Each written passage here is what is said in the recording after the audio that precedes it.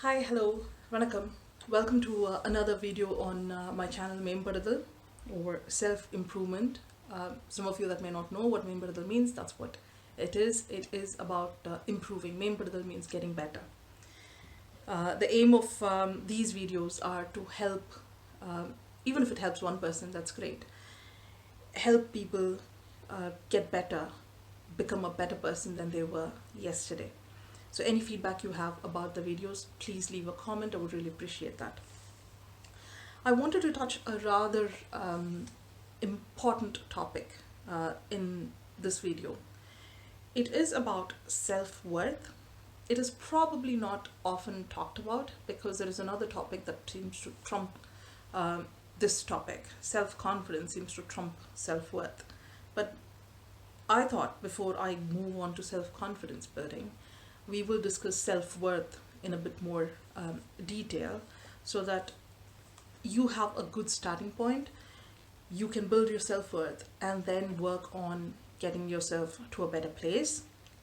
So self-worth, according to the dictionary, it is defined as a feeling that you are a good person who deserves to be treated with respect. And that's quite important. You would have noticed quite a few people who think they are not worth, they're not living, they're not good humans, or they're just not worth it. So that is one of the reasons why I wanted to start with self-worth, because if you stop feeling that you're a worthy person, it can cause a lot of negative feeling in you, resulting in some very bad consequences, right from self-harm to ending your life perhaps. You could feel low or less confident about something, but you should still feel that you're worthy. And that is the reason why I thought we will discuss this sensitive topic. So, self worth, in my view, is at the core of our personality. A healthy self worth is a prerequisite.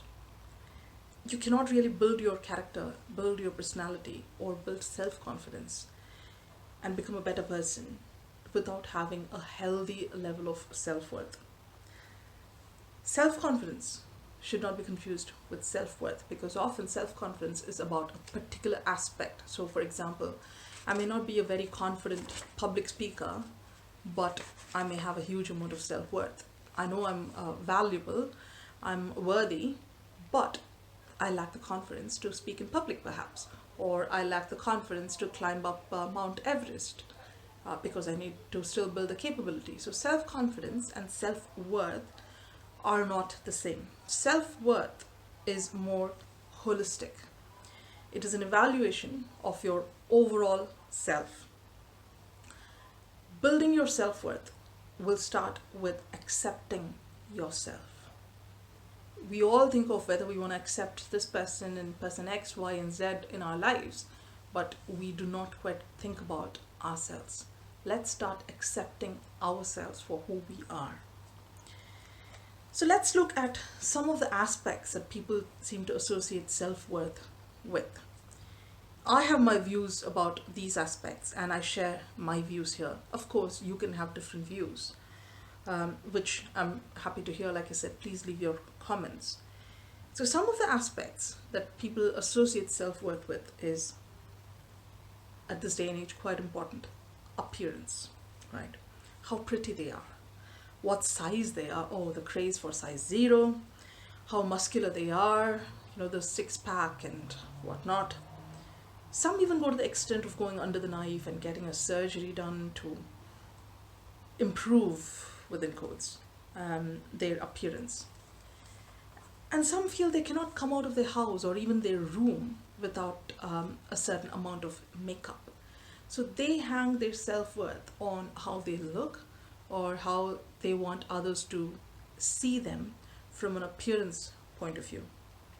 Now, the trouble is, appearance can change over time and it is extremely transient. Also, it doesn't take long to scratch that makeup and start looking at yourself. So rather than relying on some mask that you put on yourself, go deeper. It is quite risky to hang your self worth on the way you appear.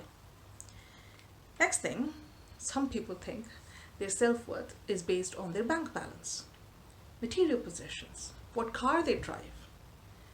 Unfortunately, we've all seen in our lives money comes and goes. And again, it is not as permanent as we would like to think. One time millionaire is bankrupt a few months later. A bankrupt person becomes a millionaire in a few months. So we've seen both. Money doesn't determine how valuable you are. If you think money is determining your value, I must say that you are grossly undervaluating yourself. Another thing is job, career, or what they do in their profession. So people think their self-worth depends on how posh their job is. So if I'm a doctor, my self-worth is much higher than if I'm a cleaner, for example. What you do for a living or a profession should not be the yardstick of your self-worth, because that's exactly that. It's just your means to live.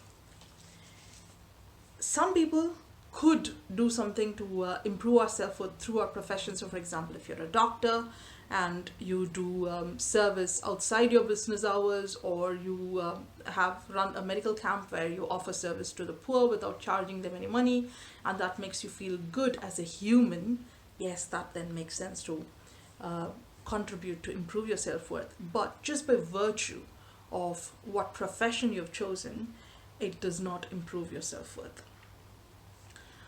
Another thing, rather sad these days, is what others think of them, or what is the popular opinion, who is popular. Oh, their self-worth is much higher because they're more popular among the friends and so on. Unfortunately, people's opinion is extremely volatile. They have their own agenda, and one day they want something done by you, you're the best person in the world. One day they don't need you, you don't exist. So it is quite risky again to hang your self-worth on what others think of you. And we've all seen those people that are great in front of us. You think that they are your best friends, and then they go right behind you and gossip about you in our absence. It doesn't even matter what your spouse thinks of you. So self-worth is not about what someone else thinks about you or how they rate you. It should not rely on someone else's opinion. The fifth one is very pertinent to our current world. It makes me sad that I even have to mention this, because I think it's quite obvious. Social media following. How many likes we get? I felt a bit sad when one elderly gentleman was saying, I made this opinion and there was so many likes for it, so I must be right. Really? No, that's not true. People living in this virtual world, they hide behind the screens, they hide behind the keyboards and act as keyboard warriors. How can you let these people who don't even have a face to the name, who are real virtual people, how can you allow them to determine what you are worthy of?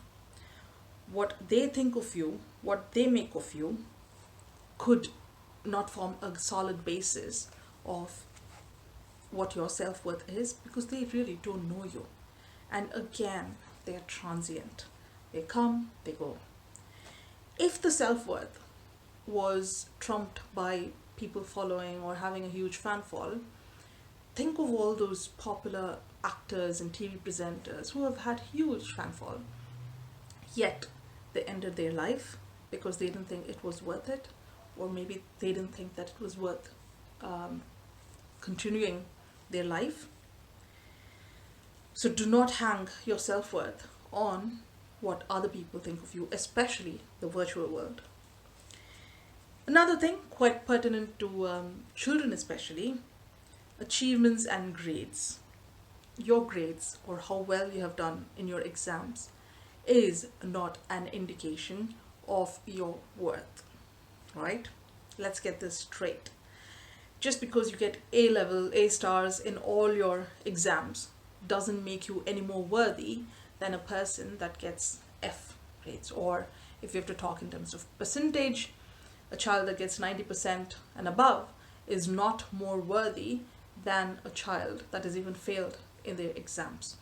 that is only an indication of what more needs to be done in that subject, but not an indication of what you're worthy of. So you get good grades, great, but if you don't let that define you or your worth. There is more to you than your grade, and time and again you need to be reminded of that.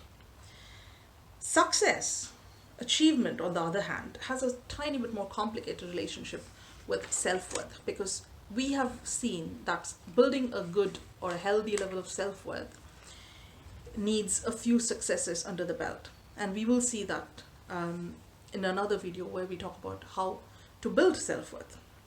Because so far what we have seen is what does not form a good basis for self-worth, or what you should not build your self-worth on the basis of. The interesting part of self-worth is that it needs to be in good balance. Too much of it, you become toxic because you're too full of yourself. Too little of it, you don't get started at all. You're probably having days where you think no one loves you, you're being very cynical, you don't believe what other people are saying, you don't accept compliments, you just don't want to get out of your room. So these are some of the symptoms of having low self-worth. So what you should be aiming for is a balanced, healthy level of self-worth, so that you can then build on your personality after that. So in the next video, I will talk a bit more about how we can build that self-worth positively. Until then, see ya.